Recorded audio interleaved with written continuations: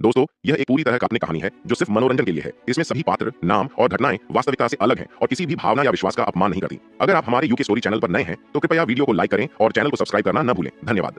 क्या वह इंसान है? सिर्फ शीशा हिलाने से उसने हम में से बहुतों को एक पल में मार डाला। हम कोई साधारण इंसान नहीं हैं। हम सभी अष्टकोणीय संप्रदाय के सबसे अच्छे शिष्य हैं। जैस्पर कहाँ है?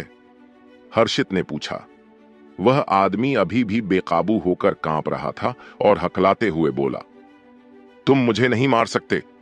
मैं अष्टकोणीय संप्रदाय से हूं और मेरे गुरु अष्टकोणीय संप्रदाय के बुजुर्ग हैं। वह कहां है? आगे बढ़ते हुए हर्षित ने उस आदमी का मुखौटा उतार दिया। वह 40 साल का अधेड़ उम्र का आदमी था और उसका चेहरा चादर की तरह सफेद था। हमें जो जानकारी मिली है वह गलत है। जैस्पर ने दावा किया था कि हर्षित एक साधारण युवक था, लेकिन अब वह तो एक दानव की तरह है। इस तरह की ताकत के साथ वह तो देश में अजेय है। वह लूनर होटल के कमरा नंबर 1102 में है। आदमी की आंखें डर से भरी हुई थीं। क्या इस आदमी को उकसाने के बाद अष्टकोण संप्रदाय के लिए बचने का कोई रास्ता है? क्या हो रहा है? हर्षित ने बिना किसी इमोशन के पूछा, मानो वह कोई पत्थर की मूर्ति हो। हालांकि जितना वह शांत था, काले कपड़े वाला आदमी उतना ही ज्यादा डर रहा था। हर्षित के एक्सप्रेशन से वह आदमी समझ गया था कि उसके हाथ खून से सने हुए हैं और उसने कई लोगों को मारा है। कांपते हुए उसने कहा, मिस्टर एल्बी ने हमें आपको किडनैप करने का आदेश दिया है ताकि वह रीना पर स्कारलेट स्वान विला के 50% शेयर छोड़ने का दबाव बना सके। उसे अब अपने रास्ते पर जाना चाहिए। हर्षित की आंखें तुरंत काली पड़ गईं। उसकी आंखों में अनगिनत खून खराबे का इरादा और गुस्सा था। रीना को डराने के लिए मेरा इस्तेमाल करना? तुम्हारी हिम्मत कैसे हुई? आज तुम्हारे पिता लुकास भी तुम्हारी रक्षा नहीं कर पाएंगे। अचानक उसने उस आदमी की गर्दन पकड़ ली और पूछा, तुम अष्टकोण संप्रदाय से हो? हां, काले कपड़े पहने आदमी ने मुश्किल से सांस लेते हुए जवाब दिया। स्नैप। बिना किसी झिझक के हर्षित ने उस आदमी की गर्दन तोड़ दी और उसे उसके बनाने वाले से मिला दिया। इसके बाद उसने अपना फोन निकाला और रीना को कॉल किया, लेकिन किसी ने जवाब नहीं दिया। घर से निकलते समय उसने चंद्रकांत को फोन किया, मेरे घर आओ और उन लोगों के सिर काट दो और फिर उन्हें ऑक्टागन संप्रदाय को सौंप दो। उनसे कहो कि एक सिर की कीमत 10 लाख है। अगर वे पैसे देने से मना करें तो मैं उन्हें भी खत्म कर दूंगा। चूंकि चंद्रकांत अपनी स्किन की बहुत केयर करते थे, इसलिए जब हर्षित का फोन आया तो वे फेस मास्क लगा रहे थे। फोन पर हर्षित ने जो कहा उसे सुनते ही वे इतने हैरान हो गए कि उनका मास्क झुर्रीदार हो गया। लॉर्ड चतुर्वेदी ऑक्टागन संप्रदाय को खत्म करना चाहते हैं। अरे, यह तो चौंकाने वाली खबर है। हालांकि ऑक्टागन सेक्ट एक प्राचीन मार्शल आर्ट्स कबीला था, लेकिन यह एक लिस्टेड कंपनी भी थी। इसके नाम पर 19 कंपनियां थीं, जिनमें फीड और कीटनाशक जैसी इंडस्ट्री शामिल थीं। क्या बात है? चंद्रकांत के हाथ कांप रहे थे। इस दुनिया में कोई भी लॉर्ड चतुर्वेदी के गुस्से को बर्दाश्त नहीं कर सकता था।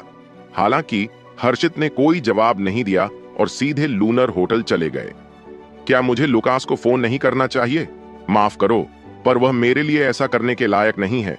ऐसा नहीं है कि मैं उसके बेटे को नहीं मार सकता, और वह तो मेरा नौकर बनने के भी लायक नहीं है। अगर उसने मुझे गुस्सा दिलाया तो मैं उसकी भी जान ले लूंगा। हर्षित ऐसा ही था। वह उन लोगों के प्रति विनम्र रहता था जो उसके सम्मान के योग्य होते थे, और जो बुरा करते थे उन्हें वह कभी नहीं छोड़ता था। इस बीच रीना लूनर होटल के कमरा 1102 में पहुंच चुकी थी और उसने अपना फोन साइलेंट कर दिया था। जैसे ही वह कमरे में दाखिल हुई, उसे कुछ गड़बड़ महसूस हुई, क्योंकि वहां सिर्फ जैस्पर था। ऐसा लग रहा था जैसे उसने अभी अभी नहाया हो।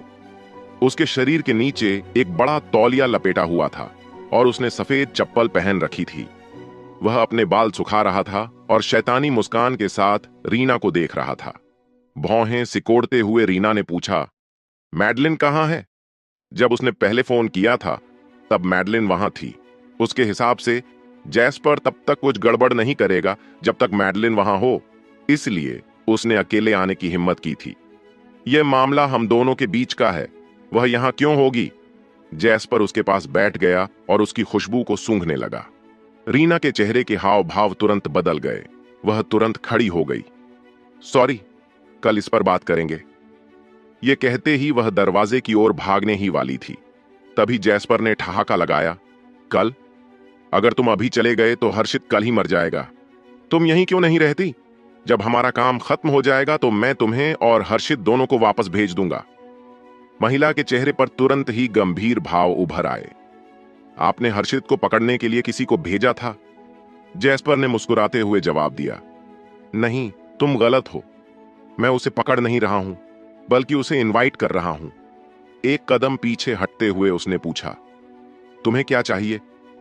उस आदमी ने उसे सिर से पैर तक ध्यान से देखा और फिर बोला, क्या तुम सच में नहीं समझती कि मैं क्या चाहता हूं? वह बहुत खूबसूरत है। उसकी पतली कमर और स्लिम फिगर को देखो। उसकी स्किन दूध की तरह स्मूथ और गोरी है। मैंने अपना मन बदल लिया है। मैं न सिर्फ स्कारलेट स्वान विला के आधे शेयर चाहता हूं, बल्कि मैं तुम्हें भी चाहता हूं, उसने उसकी ओर इशारा करते हुए कहा। एक पल में रीना का चेहरा पीला पड़ गया। जिस बात का उसे सबसे ज्यादा डर था वही हो गई। मुझे लगा कि तुम्हें हर्षित बहुत पसंद है। क्या तुम उसके लिए खुद को बलिदान नहीं कर सकती? धीरे धीरे वह कदम दर कदम उसके पास पहुंचा। वह घबराकर जल्दी से दरवाजे की ओर भागी और उसे खोल दिया। तभी उसके पीछे से एक व्यंग्यात्मक आवाज गूंजी, तुम जा सकती हो, लेकिन हर्षित जरूर एक दर्दनाक मौत मरेगा। रीना पत्ते की तरह कांप रही थी। हर्षित वह पहला आदमी था जिससे उसे प्यार हुआ था। हालांकि वह अपनी फीलिंग्स को एक्सप्रेस करने में अच्छी नहीं थी, लेकिन पिछले कुछ दिनों से हर्षित की इमेज हर दिन उसके दिमाग में आ रही थी। उसकी इंद्रियों ने उसे बताया कि उसे वहां से चले जाना चाहिए और हर्षित की जिंदगी या मौत की चिंता नहीं करनी चाहिए। हालांकि उसकी फीलिंग्स उसे बता रही थीं कि वह नहीं जा सकती। असल में जैस्पर डरावना नहीं था। सबसे डरावने लुकास और ऑक्टागन सेक्ट थे। वह जानती थी कि हर्षित कोई साधारण व्यक्ति नहीं है, लेकिन उसने उसके सामने जो दिखाया था वह उसकी शानदार बिजनेस टैलेंट थी। उसके पास कोई खास बैकग्राउंड नहीं थी, इसलिए उसके लिए लुकास और ऑक्टागन सेक्ट के खिलाफ लड़ना पॉसिबल नहीं था। यह बात कि वह वसुंधरा और लावण्या को जानता था फिर भी काफी नहीं थी। मैं आपको सिर्फ आधी इक्विटी देने पर एग्री कर सकती हूं। नहीं, मैं आपको 60% दूंगी, लेकिन मैं बाकी कंडीशंस पर एग्री नहीं हो सकती, उसने कहा। जैस्पर एक समझदार आदमी था और उसे तुरंत समझ आ गया कि हर्षित रीना के लिए कितना इंपॉर्टेंट है। जोर से हंसते हुए उसने कहा, नहीं, भले ही तुम मुझे पूरा स्कारलेट स्वान विला दे दो, फिर भी मैं तुम्हें चाहता हूं। मुझे तुम्हें अपना बनाना ही होगा। रीना ने अपने होंठ काटे और कुछ नहीं बोली। उसकी आंखों में आंसू भर आए। इस बीच जैस्पर ने सेटिस्फेक्शन के साथ अपनी आंखें बंद कर लीं और उस फीलिंग को एंजॉय किया। क्या यही पावर हासिल करने का रोमांच है? चलो, मेरा टाइम वेस्ट मत करो। आज हकारी बनो और बेड पर लेट जाओ। उसकी आवाज ठंडी थी। रीना का शरीर उसके शब्दों से कांप उठा और उसकी आंखें लाल हो गईं। काफी देर तक हिचकिचाने के बाद वह बेड की ओर बढ़ी, पीठ के बल लेट गई और आंखें बंद कर लीं। उसी समय आंसू उसके गालों से बहकर बेड की चादर गीली कर रहे थे। यह देखकर जैस्पर जोर से हंसा और अपनी एड़ी से दरवाजा बंद कर दिया। फिर उसने अपना हाथ रगड़ा और रीना के पास गया। चिंता मत करो, मैं नरमी से पेश आऊंगा। फिर भी रीना के चेहरे पर कोई भाव नहीं था। जैसे ही उसने अपना हाथ उसकी छाती तक बढ़ाया और उसकी शर्ट के बटन खोलने को रेडी हुआ, एक जोरदार धमाका हुआ और फ्लोर टू सीलिंग की बड़ी खिड़की तुरंत टूट गई। इसके तुरंत बाद एक योद्धा जैसी आकृति खिड़की से अंदर आई और जैस्पर के सामने रुक गई। उसने उसकी गर्दन पकड़ ली और उसे हवा में उठा लिया। तुम्हारी मौत की इच्छा होनी चाहिए। हर्षित की आवाज भयानक रूप से भावशून्य थी, सर्दियों की ठंडी हवा की तरह। जल्द ही कमरे का टेम्परेचर गिर गया। उसकी आवाज सुनकर रीना ने जल्दी से अपनी आंखें खोली और बेड से उठकर बैठ गई। वह उसे घूरने लगी। मूर्ख औरत, उसने डांटा। रीना का शरीर जोर जोर से कांपने लगा और वह हर्षित की बाहों में लिपट गई। अपनी बाहें हर्षित की कमर के चारों ओर लपेटकर वह फूट फूट कर रोने लगी। पहले मुझे उससे डील करने दो, हर्षित ने कहा और जैस्पर को दूर फेंक दिया। फिर उसने रीना की पीठ थपथपाई। घबराकर रीना चिल्लाई, मत करो, उसका पिता लुकास है। जैस्पर ने अपना कंट्रोल वापस पाया और हर्षित को खतरनाक नजर से देखा। क्या तुम मरना चाहते हो? मेरे पिता लुकास हैं और मेरी मां कराटे एसोसिएशन की प्रेसिडेंट हैं। मेरे दादा ऑक्टागन संप्रदाय के लीडर हैं और मेरे चाचा यार्ट्रान के परमानेंट रेजिडेंट हैं। हर्षित के चेहरे पर एक उपहासपूर्ण भाव था। लुकास, कराटे एसोसिएशन का अध्यक्ष, ऑक्टागन संप्रदाय का लीडर, यार्ट्रान का परमानेंट रेजिडेंट? चाहे कुछ भी हो, मैं आज तुम्हारे हाथ पैर तोड़ कर रहूंगा। हर्षित रीना की ओर चला। रीना ने हर्षित की बाहें पकड़ लीं और कहा, हर्षित, मेरी बात सुनो, कुछ मत करो, तुम खतरे में पड़ जाओगे। रीना की ओर देखते हुए हर्षित ने उसकी पलकों पर आंसू की बूंदें देखी। उसने पहले ही इक्विटी ट्रांसफर एग्रीमेंट पर साइन कर दिए थे। जैस्पर के समझौते को वापस लेने के बाद स्कारलेट स्वान विला का आधा हिस्सा उसके पास होगा। मूर्ख! हर्षित का दिल नरम पड़ गया और उसने आगे कहा, याद रखो, मैं किसी से नहीं डरता और मैं तुम्हारी रक्षा करने में भी सक्षम हूं।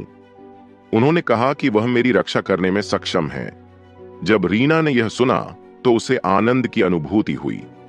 क्या इसका मतलब यह है कि वह मेरे प्यार के इजहार से सहमत है? लेकिन मैं तैयार नहीं हूं। उसने अभी तक मुझे प्रपोज नहीं किया है। हमारा नवविवाहित घर कहां होना चाहिए? हमें अपने बच्चों का क्या नाम रखना चाहिए? हमें कितने बच्चे होने चाहिए? हर्षित को इस बात का जरा भी अंदाजा नहीं था कि उसकी बात से रीना पहले ही यह सोचने लगी थी कि उन्हें अपने बच्चों का क्या नाम रखना चाहिए। जब जैस्पर शांत हुआ तो उसने कुछ देखा। वे 15 लोग कहां हैं? वे मर चुके हैं, हर्षित ने जवाब दिया। जैस्पर ने अविश्वास में अपनी आंखें सिकोड़ लीं और व्यंग्यात्मक लहजे में कहा, हर्षित, अगर तुम जीना चाहते हो तो अभी चले जाओ। मुझे उस लड़की के साथ अपना समय बिताने दो। असल में नहीं, मैंने अपना मन बदल लिया है। मैं उसके साथ सोने जा रहा हूं और तुम यहां खड़े होकर देखोगे। अन्यथा न केवल तुम बल्कि तुम्हारा पूरा परिवार मर जाएगा। हर्षित ने जवाब दिया, ऐसा नहीं होगा। जैस्पर ने अपना फोन उठाया और कॉल किया। कुछ लोगों को भेजो और मेरे पिताजी को बुलाओ। फोन रखने के बाद भी लुकास को इस बात का एहसास नहीं था कि उसके साथ क्या होने वाला है। वह कुर्सी पर बैठ गया और सिगरेट सुलगा ली। हर्षित, आज तुम देखोगे कि हम कितने अलग हैं। तुम्हारी पूरी जिंदगी की मेहनत तुम्हारी इस लो लेवल की पहचान को नहीं बदल सकती। मेरे 3 पीढ़ियों के पूर्वज अमीर थे। तुम्हें मुझसे क्या प्रॉब्लम है? हर्षित ने रीना को दिलासा देते हुए जैस्पर से कहा, जितने लोगों को चाहो ले आओ, हम देखेंगे कि कौन बेहतर है। रीना चिंतित थी और लावण्या को फोन करना चाहती थी, लेकिन लावण्या का फोन बंद था। तुम्हें किसी और को बुलाने की जरूरत नहीं है, मैं अकेला ही तुम्हारी रक्षा कर सकता हूं, हर्षित ने उसे आश्वस्त किया। उस पल रीना थोड़ी देर के लिए शांत हो गई। ठीक है, मैं यहीं तुम्हारे साथ रहूंगी। जब जैस्पर ने यह देखा तो वह गुस्से में आ गया। कुछ ही देर बाद उन्हें कदमों की आवाज सुनाई दी। दरवाजा खुला और बाहर से 2 समूह के लोग अंदर आए। एक ग्रुप ने कराटे की ड्रेस पहन रखी थी, जबकि दूसरे ने ऑक्टागन संप्रदाय की वर्दी पहन रखी थी। ये सब जैस्पर के अधीन फाइटर्स थे। जैस्पर ने आह भरी, देखा, आज तुम मर जाओगे। जैसे ही उसने बोलना समाप्त किया, उसने अपना हाथ हिलाया। इसके चारों हाथ पैर तोड़ दो। दोनों ग्रुप्स के लोग तुरंत हर्षित की ओर बढ़े और हर्षित एक योद्धा की तरह सीधा खड़ा हो गया। फिर वह फाइटर्स की ओर बढ़ा और अपनी मुट्ठी घुमाई। हर्षित के पंच से आगे बढ़ने वाले एक फाइटर दीवार से टकराकर गिर पड़ा। कुछ सेकंड तक दर्द से कांपने के बाद उस फाइटर की सांसें थम गईं। इस तरह से लड़ना मेरे टाइम की वेस्टेज है, मुझे अपना हार उधार दो, हर्षित ने रीना से कहा। रीना हैरान रह गई। उसे कुछ भी समझ नहीं आया कि वह क्या करने वाला है। फिर भी उसने अपने गले से मोतियों का हार उतार दिया। इसमें कुल 32 मोती थे। हर्षित ने हार को फेंकने से पहले कसकर अपने हाथों में पकड़ लिया। सिश! एक तेज आवाज हुई जिससे हवा फट गई। जैस्पर की पुतलियां तुरंत सिकुड़ गईं जब उसने देखा कि हार के मोती तेजी से उड़ते हुए चमक रहे थे। चटकने की आवाज के साथ चीखें और शोर भी गूंजने लगे। हर एक मोती अपने निशाने पर लगा और सभी फाइटर्स की खोपड़ी में जाकर धंस गया, जिससे चोट सील हो गई। खून नहीं निकला। हालांकि उनके दिमाग शक्तिशाली बल से चकनाचूर हो गए। उसी समय सभी 32 लोग जमीन पर गिर पड़े और मर गए। लुकास चौंक कर अपने पैरों पर खड़ा हो गया। वह वहीं जम गया। दूसरी ओर रीना भी हैरान थी, क्योंकि उसने हर्षित के इतने ताकतवर होने की उम्मीद नहीं की थी। बिना अपने हाथों पर खून लगाए वह 1 सेकंड में 32 लोगों की हत्या करने में सफल रहा। तुम जैस्पर को आखिरकार एहसास हुआ, हर्षित कोई साधारण व्यक्ति नहीं है, वह एक सच्चा गुरु है। धिक्कार है मैडलिन, वह मुझे मरवा देगी। वह मुझे कैसे बता सकती है कि हर्षित एक हारा हुआ व्यक्ति है? एक हारा हुआ व्यक्ति इतना स्ट्रांग कैसे हो सकता है? तुम मुझे नहीं मार सकते, मेरे पिता लुकास हैं। जैस्पर के पैर जमीन से चिपके हुए थे। वह भागना चाहता था, लेकिन वह अपने पैर भी नहीं उठा पा रहा था। हर्षित भावशून्य रहा। तुम्हारे पिता जीशान जितने होशियार नहीं हैं। जीशान ने फ्रैंकी को वार्न किया था कि वह मुझ में कोई कमी न निकाले, लेकिन तुम्हारे पिता ने तुम्हें ऐसा नहीं बताया। जैस्पर को यह सोचकर आश्चर्य हुआ कि हर्षित बकवास कर रहा है। दूसरी ओर रीना बिल्कुल अचंभित थी। मैं अभी भी हर्षित की तारीफ क्यों कर रही हूं, जबकि मुझे लगता है कि वह बकवास कर रहा है और शेख ही बघार रहा है। इससे पहले कि जैस्पर कुछ कह पाता, उसने देखा कि लुकास उनकी ओर दौड़ रहा है। वह एक्साइटेड था। पिताजी, यहीं कोई मेरी जान लेने वाला है, जल्दी से आ जाओ। लुकास छोटा और मोटा था, लेकिन साथ ही मस्कुलर भी था। उसका चेहरा काला पड़ गया। तुम मुझे परेशान क्यों करते रहते हो? इस बार क्या हुआ? हर्षित मुझे मारना चाहता है, जल्दी करो और उसे खत्म कर दो। इसके अलावा मैं इस लड़की के साथ सोना चाहता हूं। जैस्पर ने पागलों की तरह चिल्लाया। लुकास ने अपनी जगह पर रुककर जैस्पर को अविश्वास से देखा। वह गलियारे में खड़ा था और उसने अभी तक हर्षित को नहीं देखा था, जो कमरे में था। कौन तुम्हें मारना चाहता है? उसने पूछा। हर्षित, आओ और उसे खत्म करो, जल्दी करो, जैस्पर ने अधीरता से कहा। लुकास चौंक गया। उसे बहुत झटका लगा। मुझे उम्मीद है कि यह वही हर्षित चतुर्वेदी न हो। प्लीज भगवान, ऐसा मत करना। लुकास ने मन ही मन प्रार्थना की। रीना, जो हर्षित के बगल में खड़ी थी, ने उसका दाहिना हाथ कसकर पकड़ लिया। उसकी नजर दृढ़ थी, क्योंकि उसने उस आदमी के हाथ में गर्माहट महसूस की थी। जल्दी आओ, तुम बहुत स्लो हो। जैस्पर अधीर हो रहा था। अंततः जब लुकास दरवाजे पर पहुंचा और उसने हर्षित को देखा, जो कमरे के बीच में ठंडे चेहरे के साथ खड़ा था, तो वह डर के मारे लगभग बेहोश हो गया। उसका दिमाग अब काम नहीं कर रहा था। धिक्कार है जैस्पर, इतने सारे लोगों में से तुमने हर्षित को क्यों नाराज किया? वह अपने नंगे हाथों से राइफल की गोली पकड़ सकता है। इसके अलावा क्या तुम उसकी असली पहचान जानते हो? ऑक्टागन संप्रदाय का लीडर और कराटे एसोसिएशन का अध्यक्ष भी उसके सामने कुछ नहीं है। ऐसा लग रहा था जैसे वह काफी बूढ़ा हो गया है। लुकास घुटनों के बल बैठ गया और हर्षित के सामने आत्मसमर्पण कर दिया। मिस्टर चतुर्वेदी, मुझे माफ कर दो, जैसा आप चाहें वैसा करें। उसने एक विनम्र मुद्रा बना ली। उसका पूरा शरीर कांप रहा था और उसके माथे पर ठंडे पसीने की बूंदें बन रही थीं। वह इतना डरा हुआ था कि उसने ठीक से सोचने की क्षमता खो दी थी। अगर उसकी मुलाकात किसी और से होती, जैसे कि निगेल और चंद्रकांत से, तो वह फिर भी जवाबी हमला करने की कोशिश करता। हालांकि उसके सामने हर्षित नाम का एक महान व्यक्ति खड़ा था, जो इतना शक्तिशाली था कि वह लगभग भगवान जैसा लग रहा था। इसलिए उसके पास विरोध करने की न तो इच्छा थी और न ही आत्मविश्वास। हर्षित ने लुकास को उदासीनता से देखा। दूसरी ओर रीना ने चौंक कर अपनी आंखें चौड़ी कर लीं और लुकास को हर्षित के सामने घुटने टेकते देखकर अपना मुंह ढक लिया। उसने लुकास की ओर देखा, फिर हर्षित की ओर। हर्षित दृढ़ निश्चयी लग रहा था और उसके चेहरे से एक ऐसा आभास निकल रहा था जो यह दर्शाता था कि कंट्रोल पूरी तरह से उसी के हाथ में है। रीना की पहली धारणा यह थी कि वह केवल फाइटिंग में ही अच्छा है, लेकिन अब उसे सुखद आश्चर्य हुआ। जैस्पर स्तब्ध खड़ा रहा। डर के मारे वह चिल्लाया, पिताजी, आप क्या कर रहे हैं? उठिए, आप लुकास एल्बी हैं और आपके ससुर ऑक्टागन संप्रदाय के मुखिया हैं। लुकास ने उसकी बात अनसुनी कर दी और अपनी जगह से बिल्कुल भी नहीं हिला। मिस्टर चतुर्वेदी, प्लीज मुझे सजा दीजिए। उस समय वह केवल अपना अपराध कबूल कर सकता था। ऐसा इसलिए था क्योंकि वह जानता था कि उसके पूरे परिवार का भाग्य हर्षित के हाथों में है। उस समय माफी और विनती बेकार थीं। पिताजी, कुछ तो बोलिए। घबराकर जैस्पर लुकास को खड़ा करने के लिए आगे बढ़ा। तभी उसने देखा कि कुछ और लोग गलियारे से नीचे आ रहे हैं। सामने चल रहे आदमी के बाल बर्फ जैसे सफेद थे और उसने एक स्मार्ट सूट पहना हुआ था। वह चंद्रकांत था, पोलटन का सबसे अमीर आदमी।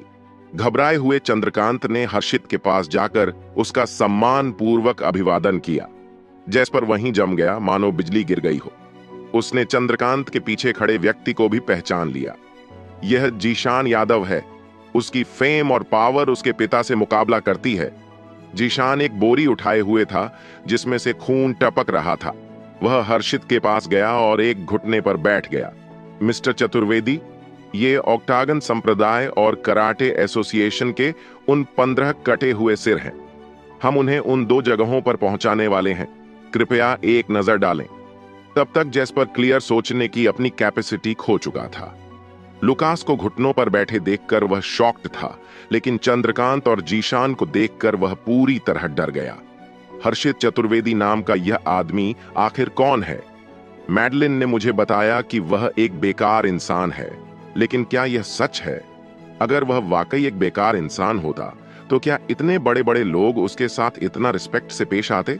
तभी एक तीसरा व्यक्ति आया। वह मोटा था और शेफ लग रहा था। उसने लोहे की करछुल पकड़ी हुई थी और कमर में सुअर काटने वाला ब्लेड लटका रखा था। यह टाइसन था। जिम को छोड़कर पोलटन के 5 सबसे पावरफुल और इन्फ्लुएंशियल लोगों में से 4 लोग एक साथ खड़े थे। रीना अपने सामने के इस सीन को अविश्वास से देखती रही। जहां तक जैस्पर का सवाल है, वह मौत की तरह पीला पड़ गया था। फ्रैंकी सबसे आखिर में आया। जैस्पर की निराशाजनक हालत देखकर उसकी आंखें सिकुड़ गईं। हे भगवान जैस्पर, तुम्हें सच में डेथ से डर नहीं लगता? तुम जैस्पर ने हर्षित की ओर इशारा किया। उसका मुंह सूख रहा था। मैंने क्या किया है? वह कौन है? वह इतना डरावना क्यों है?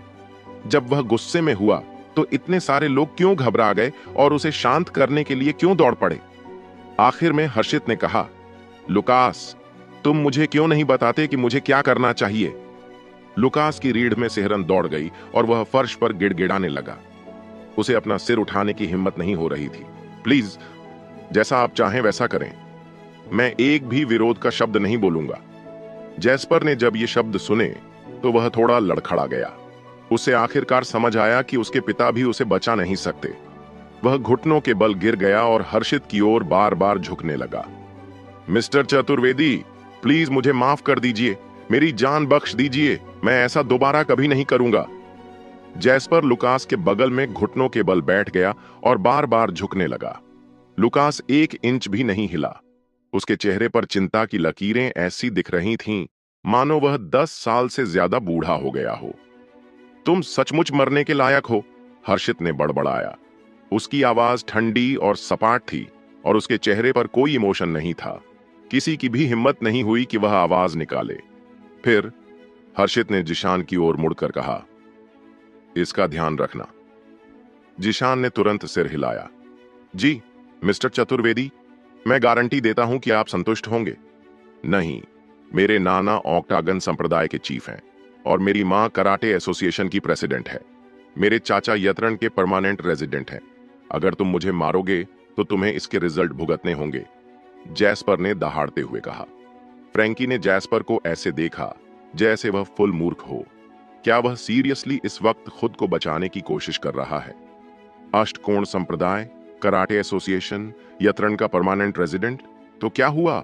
हर्षित उन्हें बड़ी आसानी से खत्म कर सकता है। अचानक हर्षित बोला, रुको, मैंने अपना मन बदल दिया है। जैस्पर के चेहरे पर खुशी की हल्की झलक दिखी। वह हंसा और मजाक में बोला, ओ, क्या अब तुम डर गए हो? मुझे पता था। फिर वह लुकास की ओर मुड़ा और उसके चेहरे पर थोड़ी नाराजगी दिखाते हुए बोला, देखो तुम कितने दयनीय हो। हर्षित ने आगे कहा, उसे ऑक्टागन सेक्ट में ले जाओ और वहीं मार डालो। अगर कोई रोकने की कोशिश करे तो उसे भी खत्म कर दो। लुकास का शरीर बुरी तरह कांप गया। हालांकि वह बिना कुछ कहे सिर झुकाकर आहें भरता रहा। वह जानता था कि अगर उसने विरोध किया तो एल्बी परिवार पूरी तरह खत्म हो जाएगा। हालांकि जैस्पर उसका इकलौता बेटा था, फिर भी उसकी कुछ बेटियां थीं। अगर उसने हर्षित को चैलेंज किया तो वे सब भी मारी जा सकती थीं। भागो, हर्षित ने हाथ हिलाते हुए कहा। लुकास उठ खड़ा हुआ और अपनी पीठ झुकाए दरवाजे की ओर बढ़ गया। बाहर जाते ही उसने गहरी सांस ली और कुछ नहीं कहा। कोई भी शब्द उसकी दिल की भारी भावना को बयां नहीं कर सकता था। इस बीच जीशान ने जैस्पर को उसकी गर्दन से पकड़ लिया और सीधे ऑक्टागन संप्रदाय की ओर बढ़ गया। जैस्पर छूटने के लिए स्ट्रगल करता रहा और चिल्लाता रहा, मुझे फोन दो, मैं अपनी माँ और चाचा को फोन करना चाहता हूँ, उसे एक फोन दो, उसे कॉल करने दो, चंद्रकांत ने कहा। जीशान ने जैस्पर को फोन दिया, जबकि फ्रैंकी मुस्कुरा कर देख रहा था। यह अच्छी बात है कि तुमने अपनी लिमिट क्रॉस नहीं की, वरना तुम्हारा भी यही हाल होता, जीशान ने फ्रैंकी की ओर देखते हुए सीरियसली कहा। फ्रैंकी ने सीरियस होकर सिर हिलाया। मुझे पता है। जब बाकी सब चले गए तो हर्षित रीना को बगल वाले कमरे में ले गया, जबकि टायसर ने कुछ लोगों को बुलाकर वहां सफाई करवाई। मैं नहाना चाहती हूं, रीना ने कहा। उसका चेहरा लाल हो गया। क्षण भर के लिए हर्षित स्तब्ध रह गया। आखिरकार उसने जवाब दिया, ठीक है। सौभाग्य से बाथरूम की दीवारें ट्रांसपेरेंट नहीं थीं, वरना सिचुएशन बहुत अजीब हो जाती। करीब 10 मिनट बाद जब रीना बाहर आई तो हर्षित बेचैनी से हिलने लगा। यह पहली बार था जब वह इतना नर्वस लग रहा था। ऐसा इसलिए था क्योंकि रीना ने सिर्फ एक तौलिया लपेटा हुआ था, जिससे उसकी चिकनी और गोरी त्वचा का ज्यादातर हिस्सा दिख रहा था। वह शर्मा गई और अपना सिर झुका लिया। हर्षित की ओर सीधे देखने की हिम्मत नहीं जुटा पाई। अचानक हर्षित को उसकी अनोखी खुशबू का एहसास हुआ। मैं एक्स्ट्रा कपड़े नहीं लाई थी, लेकिन जो कपड़े मैंने पहले पहने थे उन्हें पहनकर मैं कंफर्टेबल फील नहीं कर रही थी, रीना ने धीमी आवाज में कहा। मैं किसी से कुछ कपड़े भिजवा दूंगा, हर्षित ने जवाब दिया। रीना ने हर्षित की बेचैनी देखी और हल्की हंसी के साथ कहा, मुझे डर नहीं लग रहा, तो तुम इतने डरे हुए क्यों हो? हर्षित ने कहा, यह एक जैसा नहीं है। ठीक है, इसकी टेंशन मत लो, कोई मेरे लिए बाद में कुछ कपड़े ला देगा। रीना ने बोलते हुए अपने हाथ अनजाने में अपनी गर्दन को छू लिया। उसने जो हार पहना था वह गायब हो गया था, क्योंकि हर्षित ने उसका इस्तेमाल किसी को मारने के लिए किया था। यह हार महंगा तो नहीं था, लेकिन यह एक सिग्निफिकेंट ज्वेलरी थी। मैंने इसे अपने बर्थडे पर खरीदा था। यह पहला आभूषण था जो मैंने अपने पैसे से खरीदा था। हर्षित ने कहा, मैं तुम्हारे लिए एक और खरीद दूंगा। रीना ने ऊपर देखा और शर्माते हुए जवाब दिया, ठीक है, अगर यह तुम्हारी तरफ से गिफ्ट होगा तो मुझे यकीन है कि मुझे यह पसंद आएगा। कुछ देर सोचने के बाद हर्षित ने कहा, ठीक है, मैं कल जाकर एक खरीद लूंगा, अभी मैं जा रहा हूं। इतना कहकर वह जल्दी से उठ खड़ा हुआ। ठीक है, रीना ने भी अचानक खड़े होकर कहा। शायद उसकी अचानक हरकत की वजह से उसके शरीर पर बंधा तौलिया फिसल गया और उसका शरीर इतना परफेक्ट दिख रहा था कि वह किसी कला का नमूना लग रहा था। रीना शॉक्ड रह गई और हर्षित भी। हर्षित की नजरें बहुत तेज थीं और उसने सब कुछ देख लिया। हालांकि उसकी सांसें तेज हो रही थीं, फिर भी उसने अपना सिर घुमा लिया और दूसरी ओर देखने लगा। मैं अब जा रहा हूं। शुरुआती झटके के बाद रीना ने शर्मिंदगी से चीख मारी और कंबल के नीचे छुप गई। उसने अपना चेहरा दिखाने की हिम्मत नहीं जुटाई। शर्म से उसके गाल जल रहे थे। जहां तक हर्षित का सवाल है, वह जितनी जल्दी हो सका कमरे से बाहर निकल गया। हर्षित के पीछे दरवाजा बंद होने की आवाज सुनकर रीना ने अपना सिर कंबल के नीचे से बाहर निकाला। हर्षित कितना घबराया हुआ था, यह याद करके वह अनजाने में मुस्कुरा उठी। एक गहरी सांस लेते हुए उसे समझ में आया कि वह हर्षित जैसे एक्सीलेंट आदमी के साथ कभी नहीं रह सकती। टेहेवन स्थित वर्मा मनोर में सुबह सुबह अनगिनत लग्जरी कारें उस प्रतिष्ठित मनोर में प्रवेश कर रही थीं, जो पूरी पहाड़ी की चोटी पर फैला हुआ था। उस दिन टेहेवन में वर्मा परिवार के चीफ कोनर वर्मा का 80वां बर्थडे था। उस दिन कोनर का बर्थडे सेलिब्रेट करने के लिए आसपास के राज्यों से वर्मा परिवार के सभी मेंबर्स टेहेवन पहुंचे थे। वर्मा परिवार की 8 ब्रांच थीं, टेहेवन के वर्मा परिवार के अलावा अन्य ब्रांच में भी कई आउटस्टैंडिंग लोग थे, जैसे डरबाइन के रॉड्रिक वर्मा। उन्होंने 28 की उम्र में रॉड्रिक फाउंडेशन शुरू किया था। उनकी वेल्थ 5 अरब से ज्यादा थी। इसके अलावा उनके पास एक अंडरग्राउंड बॉक्सिंग एरिना भी था, जिसमें कई प्रोफेशनल किक बॉक्सिंग फाइटर्स थे। डेक्स्टर वर्मा भी थे, जो एक दूसरे देश के रॉयल फैमिली के प्रिंस बन गए थे। उनकी वेल्थ 10 अरब से भी ज्यादा थी। वे सभी टेहेवन के वर्मा परिवार के एक्सीलेंट यंग मेंबर्स थे। नंदनी उनकी अचीवमेंट्स के सामने फीकी पड़ गई। निगेल भी लौट आया था। वह बुरे मूड में था, क्योंकि उसने पोलर्टन में स्कारलेट स्वान विला के खिलाफ एक्शन लेने के लिए अपने सभी कॉन्टैक्ट्स का इस्तेमाल किया था, लेकिन उसके सभी प्रयासों को एक रहस्यमय शक्ति ने दबा दिया था। चाहे उन्होंने कितनी भी कोशिश की, वे इस रहस्यमयी शक्ति का सोर्स पता नहीं लगा सके। इसके अलावा यह फैक्ट कि उसके चाचा थियो की मौत पोलर्टन में हुई थी, उसे और भी डर लगा रहा था। उस समय वह दूसरी मंजिल पर एक कमरे में बैठा हुआ बैंक्वेट हॉल की ओर देख रहा था। हॉल 1000 वर्ग मीटर में फैला हुआ था और डेकोरेशन बेहद शानदार थी। हॉल में 60 से ज्यादा टेबल्स और कुर्सियां रखी हुई थीं। बहुत सारे लोग बातें कर रहे थे और मिलजुल रहे थे। उसके सामने कॉनर बैठा था, जो उसके साथ शतरंज खेल रहा था। दूसरी ओर सिल्विया अपने पोते को स्नेह भरी नजरों से देख रही थी। निगेल उनका फेवरेट पोता था, क्योंकि वह मैच्योर, दबंग और पावरफुल था। देखो, क्या गोल्ड फिश बाउल में बैठे लोग मजेदार नहीं लग रहे हैं? सिल्विया ने नीचे बने बैंक्वेट हॉल की ओर इशारा करते हुए कहा। उन्होंने इसे गोल्ड फिश बाउल इसलिए कहा क्योंकि वे बाहर से हॉल का अंदर का नजारा देख सकते थे, लेकिन हॉल के अंदर वाले लोग बाहर नहीं देख सकते थे। यह कमरा स्वर्गीय प्राइवेट स्पेस जैसा था, जहां से वे ऊपर से सब कुछ देख सकते थे। निगेल की नजर नंदनी पर पड़ी। वह कोने में एक टेबल पर चुपचाप बैठी थी और अपने फोन से खेल रही थी। उसके फैमिली मेंबर्स ललित, लीला और निखिल भी टेहेवन पहुंच चुके थे। कुछ लोग सच में अपनी लिमिट्स नहीं जानते, निगेल ने गहरी आवाज में कहा। वह नंदनी का जिक्र कर रहा था, जिसने एक स्टील कंपनी और एक लॉजिस्टिक कंपनी बनाने के लिए उसकी परमिशन के बिना बहुत बड़ी रकम निकाल ली थी।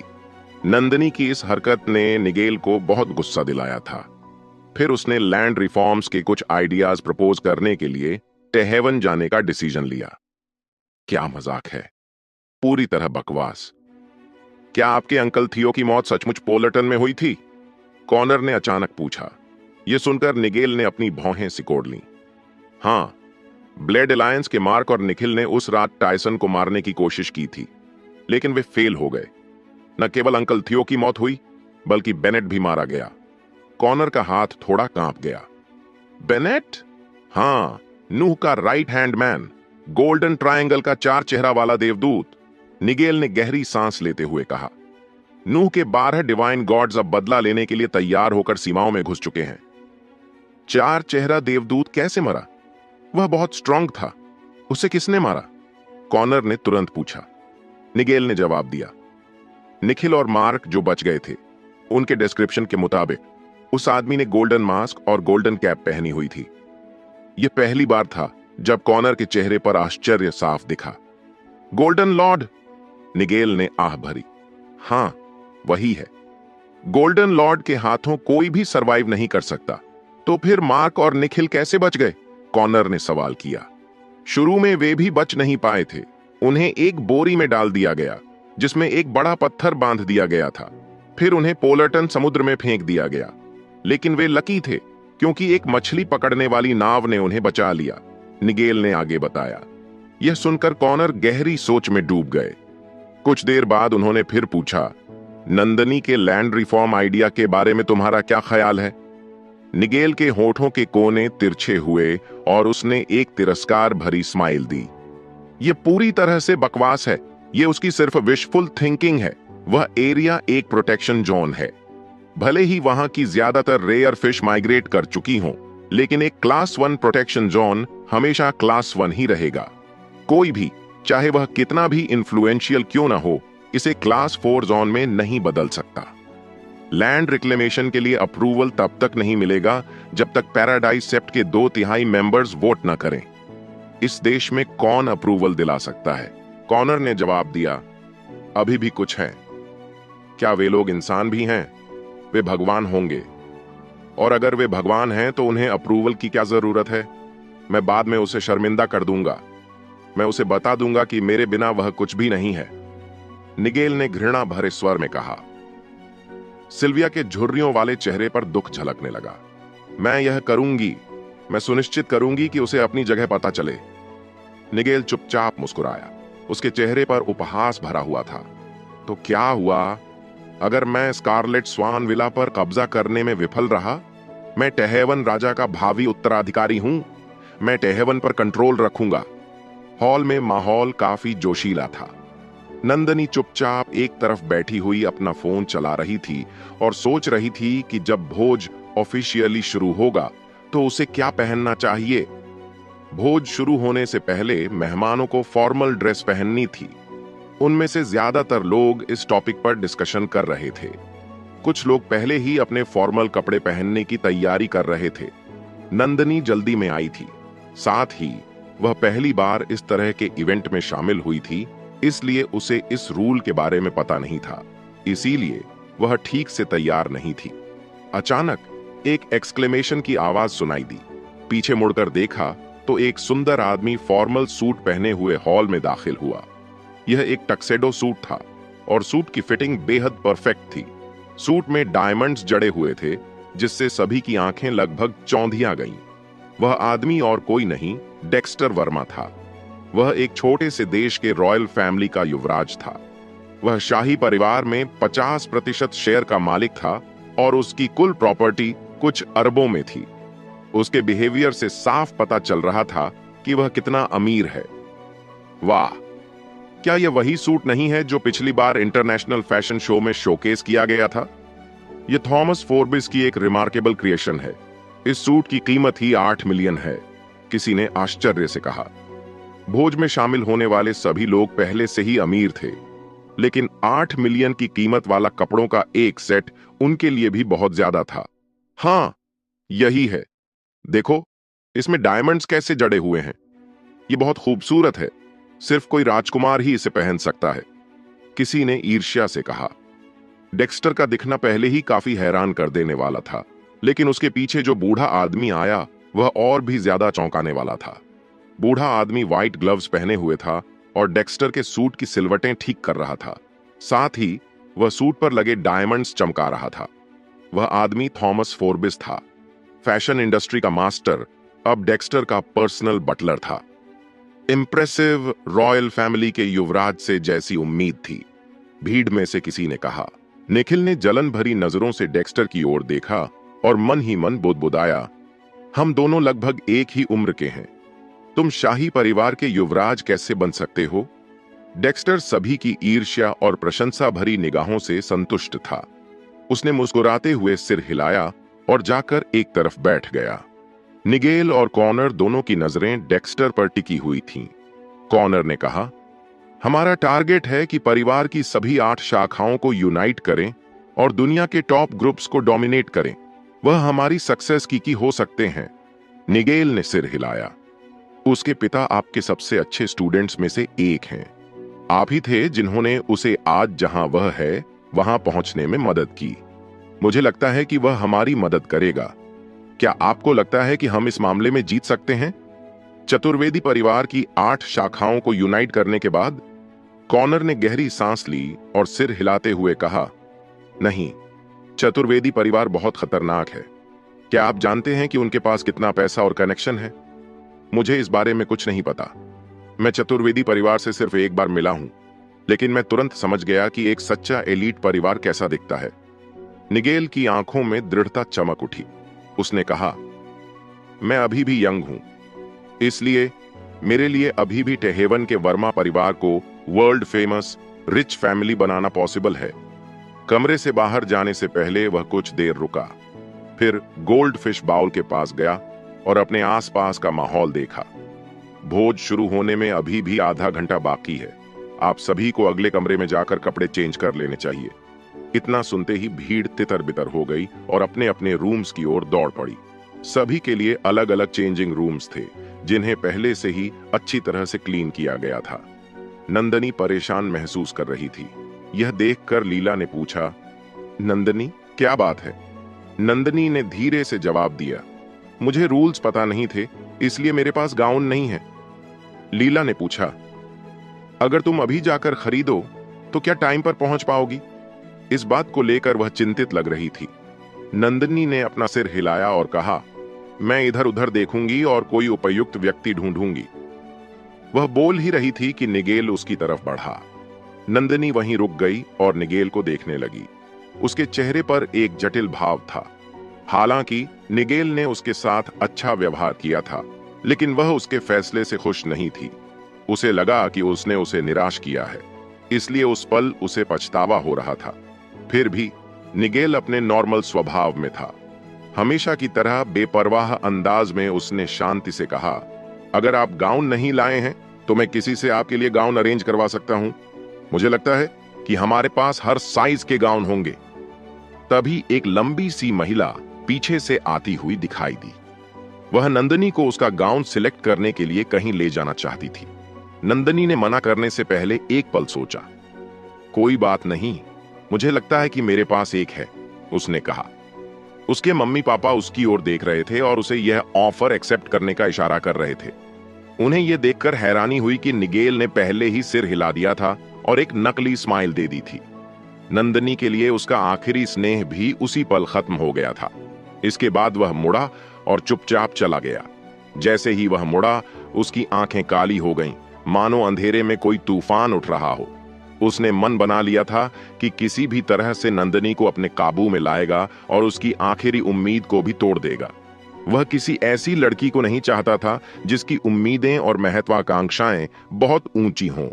ललित, लीला और निखिल ने यह सीन देखकर तुरंत उसका पीछा किया।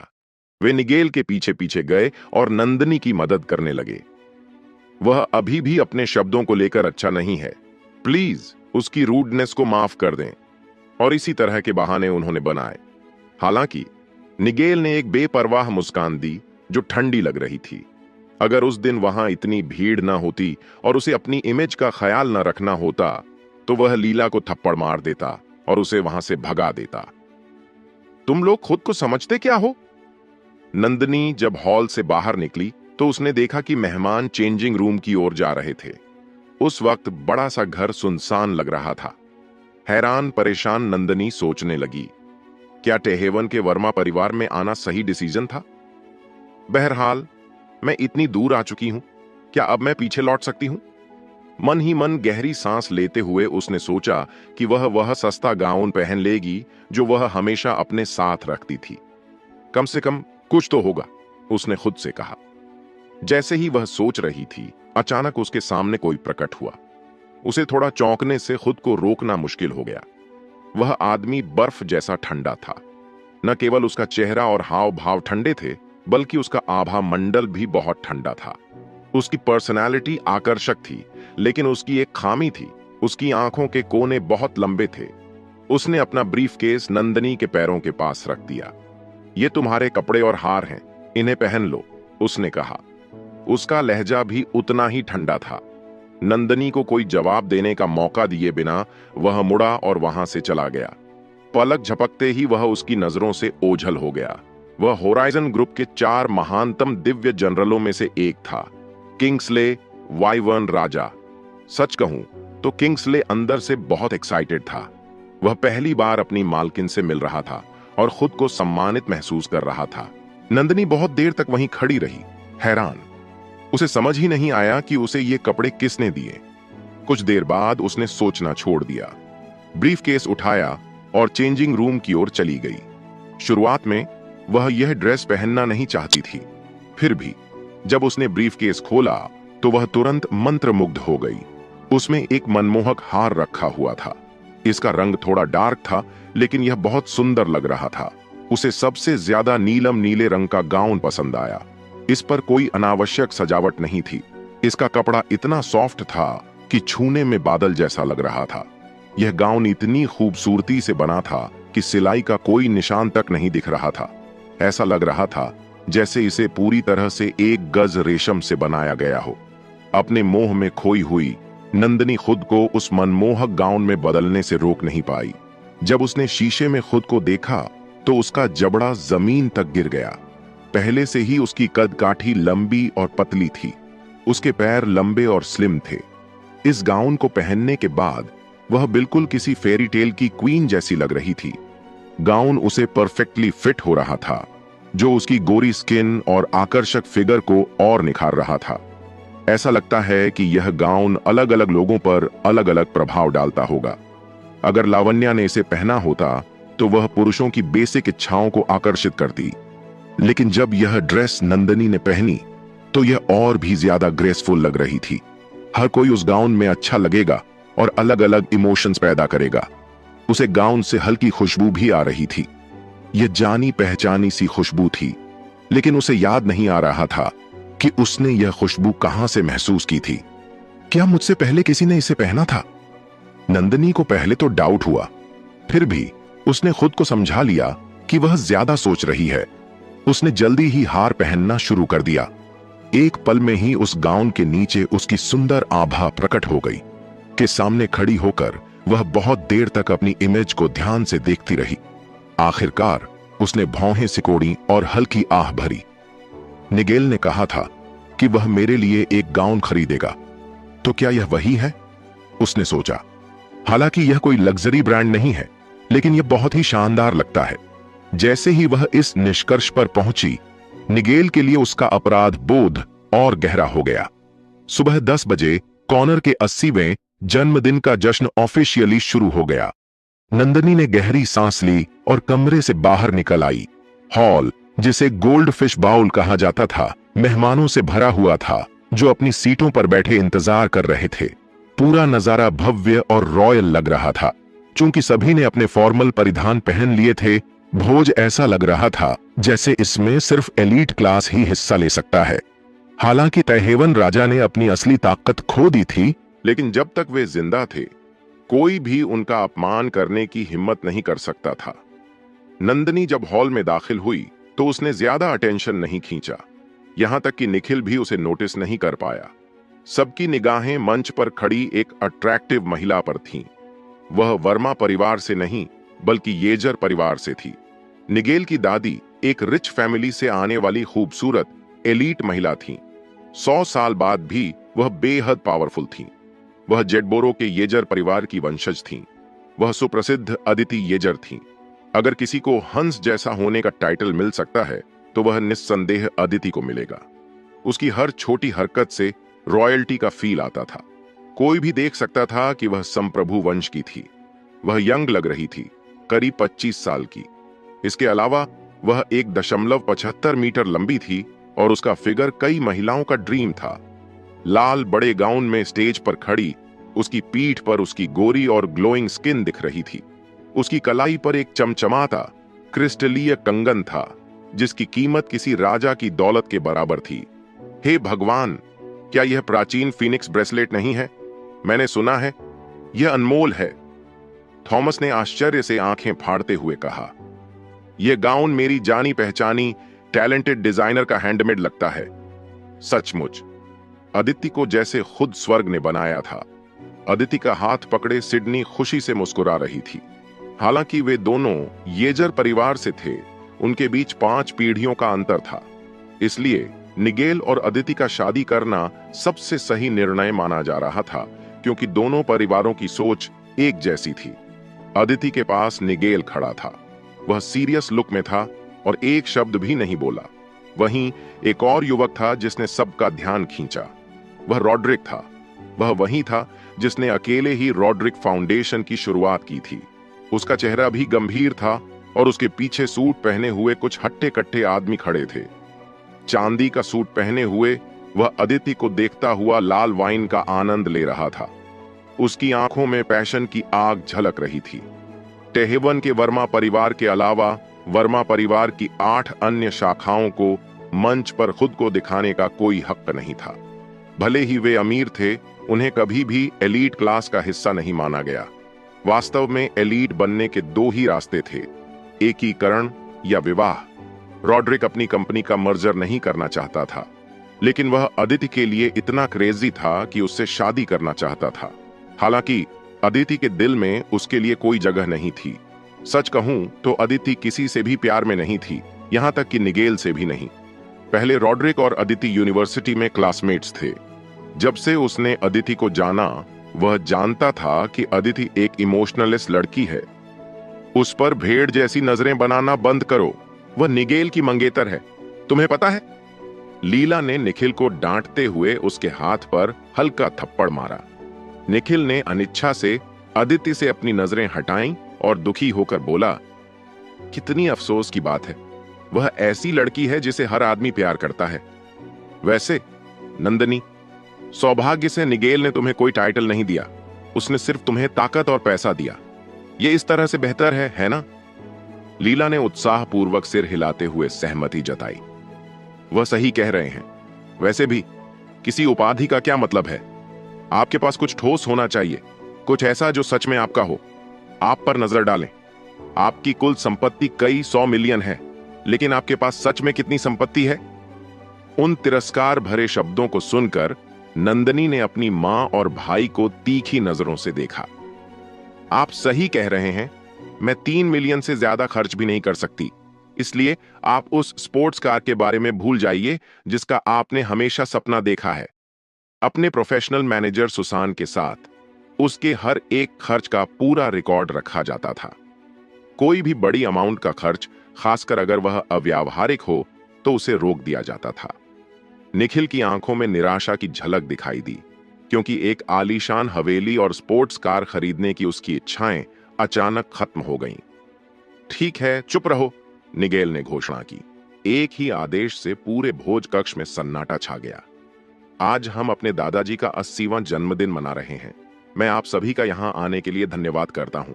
अदिति, प्लीज दादाजी को यहां लेकर आइए, निगेल ने गहरी आवाज में कहा। ऐसे मौके पर अदिति स्वाभाविक रूप से उसे सम्मान देती। वह चुपचाप घूमी और कॉर्नर को पीछे के कमरे से बाहर धकेल दिया। व्हील चेयर पर बैठे हुए कॉर्नर की आंखें खुशी से चमक रही थीं। ऐसा नहीं लग रहा था कि वह बीमार हैं। जश्न शुरू हो जाए, निगेल ने घोषणा की। दादाजी, मैं आपकी समृद्धि और दीर्घायु की कामना करता हूं। डेक्स्टर जल्दी से आगे बढ़ा और अपने दादाजी के सामने घुटने टेक दिए। और आपको बधाई देने के लिए मैं आपको दीर्घायु के प्रतीक के रूप में एक मूर्ति गिफ्ट कर रहा हूं। डेक्स्टर बहुत अमीर था और उसे सोने और हीरे का शौक था। हर कोई अपनी गर्दनें ऊपर उठाकर देखने लगा कि वह किस तरह की मूर्ति लाया है। धीरे धीरे टक्सीडो पहने 2 लोग एक गाड़ी को धक्का देकर बैंक्वेट हॉल में ले आए, जिसमें एक बड़ी वस्तु थी। यह लाल कपड़े की चादर से ढकी हुई थी। इसकी शक्ल देखकर ऐसा लग रहा था कि यह एक छोटे पहाड़ जैसा था, जो 1 मीटर से ज्यादा ऊंचा और कुछ दर्जन सेंटीमीटर चौड़ा था। जैसे ही डेक्स्टर ने अचानक लाल कपड़ा हटाया, उसके नीचे की मूर्ति से निकलने वाली चमकदार रोशनी ने भीड़ को लगभग अंधा कर दिया। हे भगवान! आश्चर्यचकित होकर भीड़ एक साथ हांफने लगी। उनकी आंखों के सामने बहुमूल्य गोमेद पत्थरों से सजी चमकती हुई पर्वत जैसी स्वर्ण मूर्ति खड़ी थी। ऐसा लग रहा था कि इसका वजन लगभग 200 किलोग्राम होगा और इसकी कुल कीमत 100 मिलियन से अधिक होगी। सिर्फ डेक्स्टर जैसा राजकुमार ही 100 मिलियन मूल्य के सोने से बने गिफ्ट को अफोर्ड कर सकता था। कोई भी परिवार इतनी बड़ी रकम खर्च नहीं कर सकता था, वर्मा परिवार भी नहीं। इसके अलावा इतने कम समय में इतना सोना जुटाना पहले से ही काफी मुश्किल था। निखिल तुरंत ही सोने की मूर्ति को देखकर मंत्रमुग्ध हो गया। वाह, इतना सारा सोना! अच्छा, मुझे यह पसंद है। ताली बजाते हुए कॉर्नर ने खुशी से ठहाका लगाया। इसके साथ ही मूर्ति को बगल के कमरे में भेज दिया गया। डेक्स्टर ने जब अपना शानदार गिफ्ट दिखाया तो बाकी लोगों को अपना गिफ्ट निकालने में भी शर्म महसूस हुई। निगेल ने फिर मंद मंद मुस्कुराकर हॉल की ओर देखा, अगले गिफ्ट की उम्मीद में। उस समय रॉड्रिक ने रेड वाइन का एक घूंट लिया और कॉर्नर के पास जाकर अपनी शुभकामनाएं दी। दादाजी, मैं बस आपके अच्छे स्वास्थ्य की कामना करता हूं। आपके लिए मेरा गिफ्ट शायद मूर्ति जितना भव्य ना हो, लेकिन यह आपके प्रति आभार व्यक्त करने का मेरा तरीका है। रॉड्रिक ने जैसे ही ताली बजाई, उसका सहायक एक ट्रे लेकर उसकी ओर बढ़ा। उसी तरह ट्रे को भी लाल कपड़े से ढक दिया गया था। इसके बाद लाल कपड़ा हटा दिया गया, जिससे ट्रे पर रखी वस्तु सामने आ गई। यह एक पन्ना जड़ित आभूषण था। यह थोड़ा पुराना लग रहा था क्योंकि यह अपनी ऑक्सीडाइज्ड सतह के कारण चमक रहा था। यह अग्ररिया राजवंश के शाही परिवार से है। इसकी कीमत 50 मिलियन है। भीड़ में से किसी ने तुरंत इशारा किया। उस व्यक्ति को प्राचीन वस्तुओं का गहरा ज्ञान रहा होगा। जेड रत्न एग्रारिया राजवंश के राजघरानों के पसंदीदा रत्नों में से एक थे। अभी 3 साल पहले एग्रारिया के राजा की कब्र से बड़ी संख्या में पन्ना रत्न बरामद हुए थे। उस समय उनमें से कुछ भाग गायब भी हो गए थे और पन्ना रत्न उनमें से एक था। ठीक है, मैं इसे स्वीकार करूंगा, कॉनर ने कहा। वह 7वें आसमान पर था। दादाजी, अदिति कॉनर के पास गई और उसे प्रणाम किया। मैं आपके आने वाले सालों के लिए खुशी की कामना करती हूँ और मैं आज आपको डरबेन दे रही हूँ। डरबेन? वह किस बारे में बात कर रही है? सबकी आंखें आश्चर्य से फैल गईं। अदिति ने फिर एक नक्शा खोला जिस पर कई लेबल और शब्द थे। उसके ऊपर कुछ ऑफिशियल गवर्नमेंट डॉक्यूमेंट्स थे। निगेल ने तुरंत अपनी आंखें सिकोड़ लीं।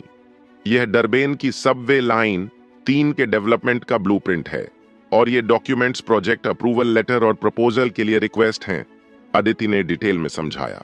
यह देखकर बाकी लोग हैरान रह गए, खासकर डरबेन शहर के रॉड्रिक। वह पूरी तरह से शॉक्ड था। ऐसा लग रहा था जैसे वह होश नहीं संभाल पा रहा है। येजर फैमिली जेडबोरो में रहती थी और डरबेन पोलर्टन के ईस्टर्न हिस्से में पड़ता था। वे 1000 किलोमीटर से भी ज्यादा दूर थे। बीच में 4 राज्य और 16 शहर थे। फिर भी येजर फैमिली डरबेन की सबवे लाइन 3 के ब्लूप्रिंट और प्रोजेक्ट अप्रूवल डॉक्यूमेंट्स पर अपना हाथ रखने में सफल रही।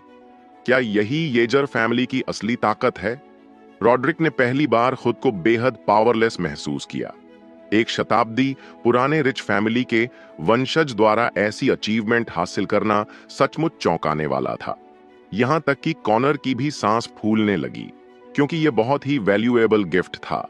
यह प्रेशियस गिफ्ट अकेले ही येजर और वर्मा फैमिली के बीच स्ट्रॉन्ग बॉन्ड को रिप्रेजेंट करता था। इसके सामने गोल्डन मूर्ति और पन्ना ज्वेलरी जैसे गिफ्ट भी फीके पड़ गए। यह देखकर नंदनी को हीन भावना महसूस हुई और उसने गहरी सांस ली। उसके ख्याल में उसे लगा कि अदिति के सामने हर महिला ऐसा ही फील करेगी। वर्मा फैमिली की बुजुर्ग महिला सिल्विया ने एक आत्मसंतुष्ट चेहरा बनाते हुए अपनी आंखें सिकोड़कर क्राउड को देखा। ऐसा लग रहा था जैसे वह दुनिया को यह बताना चाहती थी कि यह महिमा पूरी तरह से उसकी है, क्योंकि यह गिफ्ट जाहिर तौर पर उसके लिए था। अब से यह आपका है दादाजी। मुझे उम्मीद है कि आपको यह पसंद आएगा, अदिति ने शांत लहजे में कहा। अपनी पीठ सीधी करते हुए कॉनर ने घबराहट से खांसते हुए जवाब दिया, थैंक यू, मुझे यह बहुत पसंद है। अदिति ने स्माइल करते हुए कॉनर को डॉक्यूमेंट्स दिए और फिर एक साइड हो गई और चुप रही। इस बीच निगेल अदिति को घूर रहा था। किसी कारण से वह इस बारे में बहुत इमोशनल हो रहा था। पिछले कई सालों से निगेल के पास वुमेन्स की कमी नहीं थी, फिर भी अदिति ने उसका अटेंशन पूरी तरह से अपनी ओर खींच लिया था। इतना कि वह उसकी बहुत परवाह करने लगा था, इसलिए वह उसे अपनी लीगल वाइफ मानता था। जहां तक उसके लाइफ की दूसरी वुमेन्स का सवाल है, वह उन्हें सिर्फ अपनी रखैल मानता था। आखिरकार वह अदिति को पाने के लिए काफी अमीर था, फिर भी वह जानता था कि उसके पर्सनालिटी में कमियां थीं। अदिति विनम्र और शालीन हो सकती थी और लोगों के सामने किसी भी कुलीन महिला की तरह बिहेव कर सकती थी। हालांकि उसके पास कोई इमोशंस नहीं थे और वह कभी किसी के लिए कोई फीलिंग्स नहीं रखती थी। उसके लिए पर्सनल बेनिफिट्स सबसे पहले थे। भले ही अदिति आउटगोइंग लगती थी, लेकिन अंदर से वह हार्टलेस थी। वैसे भी यह निगेल के लिए मायने नहीं रखता था, क्योंकि उसके पास बहुत सारा पैसा था और एक स्ट्रॉन्ग बैकग्राउंड भी। इसके बाद गेस्ट्स ने कॉनर को अपने गिफ्ट्स देने शुरू कर दिए। सभी ने ऐसी चीजें लाईं जिनकी कीमत किसी राजा जैसी थी। दरअसल उनकी उदारता वर्मा फैमिली की वजह से थी। कुछ लोग वर्मा फैमिली द्वारा उनके लिए किए गए फेवर का बदला चुका रहे थे, कुछ वर्मा फैमिली से गहरे जुड़े हुए थे और कुछ वर्मा फैमिली द्वारा पाले बढ़ाए गए थे। अंत में नंदनी की बारी आई। लेकिन उसे कंफ्यूजन हो रहा था क्योंकि उसके पास जो कुछ भी था वह सब वर्मा फैमिली ने दिया था। वह सिर्फ मनी का गिफ्ट नहीं दे सकती थी क्योंकि यह बहुत ज्यादा प्रेडिक्टेबल होता। फिर भी वह बाकी लोगों की तरह हाई लेवल गिफ्ट नहीं दे सकती थी। यह देखकर कि बाकी गिफ्ट्स की कीमत कुछ 100 मिलियन थी, उसने जो बीडेड ब्रेसलेट तैयार किया था वह असल में वैल्यूलेस था। चलो अपने अगले एजेंडा पर आगे बढ़ें, ठीक है? निगेल ने हॉल में चारों ओर नजर दौड़ाई और नंदनी की एक झलक पाकर हैरान रह गया। वह सैफायर ब्लू गाउन और गले में ब्लैक कोरलियोन उल्कापिंड का हार पहने हुए थी और अदिति की तरह ही गॉर्जियस लग रही थी। विश्व प्रसिद्ध डिजाइनर अविराज द्वारा बनाए गए 15 मिलियन मूल्य के ए मिडसमर नाइट्स ड्रीम गाउन और 10 मिलियन मूल्य के इटर्नल लव नेकलेस किसी भी महिला की खूबसूरती और शान को आसानी से बढ़ा सकते हैं। नंदनी ने कैसा गाउन और हार पहना था, इस बारे में अनभिज्ञ होने के बावजूद निगेल को अभी भी यह अंदाजा था कि उसके कपड़ों की कीमत कम से कम 10 मिलियन तो होगी। उसे ये आउटफिट कहां से मिला? इससे पहले कि निगेल अपनी बात पूरी कर पाता, सिल्विया बोल पड़ी, रुको, ऐसा लगता है कि यहां किसी ने अभी तक कोई गिफ्ट नहीं दिया है। सिल्विया की अचानक चेतावनी से भीड़ चौंक गई और सभी उसे देखने लगे। आखिरकार ऐसे मौके पर पब्लिकली गिफ्ट मांगना कोई सम्मानजनक काम नहीं था। किसी कारणवश उसने फिर भी ऐसा किया। इसका मतलब सिर्फ यही हो सकता है कि सिल्विया उस शख्स को पसंद नहीं करती थी और उसे वर्मा परिवार से बाहर निकालने के लिए सही मौका ढूंढ रही थी। हवा में गहरा सन्नाटा छा गया था और हर कोई उस शख्स का नाम सुनने का इंतजार कर रहा था। निश्चित रूप से सिल्विया भोज कक्ष के बीच में पहुंच गई। अपनी लकड़ी की छड़ी का सहारा लेते हुए उसने नंदनी की ओर इशारा किया। नंदनी, तुम्हारा गिफ्ट कहां है? तभी भीड़ ने मुड़कर नंदनी को देखना शुरू कर दिया। सैकड़ों लोगों की नजरें नंदनी पर थीं, जिससे वह असहज हो गई और उसका दिमाग पूरी तरह खाली हो गया। यह पहली बार था जब वह ऐसी स्थिति का सामना कर रही थी। वह और बाकी सभी लोग पूरी तरह हैरान रह गए। उसी वक्त डेक्स्टर, थॉमस और अदिति भी चौंक गए। असल में अदिति भी उस समय शॉक्ड रह गई जब उसने नंदनी की ड्रेस पहचान ली। शीर्ष लग्जरी डिजाइनर अविराज द्वारा बनाए गए इटर्नल लव और a midsummer night's dream international fashion week के दौरान बहुत हिट रहे थे। हे भगवान, मैंने अभी अपनी आंखों से क्या देखा? अपनी आंखों में खालीपन लिए थॉमस ने नंदनी की ओर देखा और उसके गाउन और नेकलेस को करीब से देखा। ये सच में इटर्नल लव और ए मिडसमर नाइट्स ड्रीम हैं। जब उसने ये कहा तो सबकी आंखें अचानक चौड़ी हो गईं। वे सभी हाई क्लास से ताल्लुक रखते थे, इसलिए उनका रोज का संपर्क दो चीजों से था, बिजनेस और लग्जरी आइटम्स। उनमें से ज्यादातर ने तो इंटरनेशनल फैशन वीक को स्पॉन्सर भी किया था, इसलिए उन्हें उन दोनों चीजों की असली कीमत पता थी। युवराज डेक्स्टर भी हैरान था। उसे लगता था कि उसकी अपनी ड्रेस पहले से ही काफी रिच और शानदार है। उसने कभी उम्मीद नहीं की थी कि कोई और उससे बेहतर लग सकता है। इससे पहले उसने अविराज को उसकी दोनों मास्टरपीस के लिए 30 मिलियन की पेशकश की थी, लेकिन उसने ऑफर रिजेक्ट कर दिया था। क्या बकवास है, ये फेक होंगे। अविराज ने खुद कहा था कि वह इन्हें कभी नहीं बेचेगी। ये पूरी तरह फेक हैं। कितनी शर्मनाक बात है। ऐसे बड़े इवेंट पर कोई भी और गाउन नकली से बेहतर होता।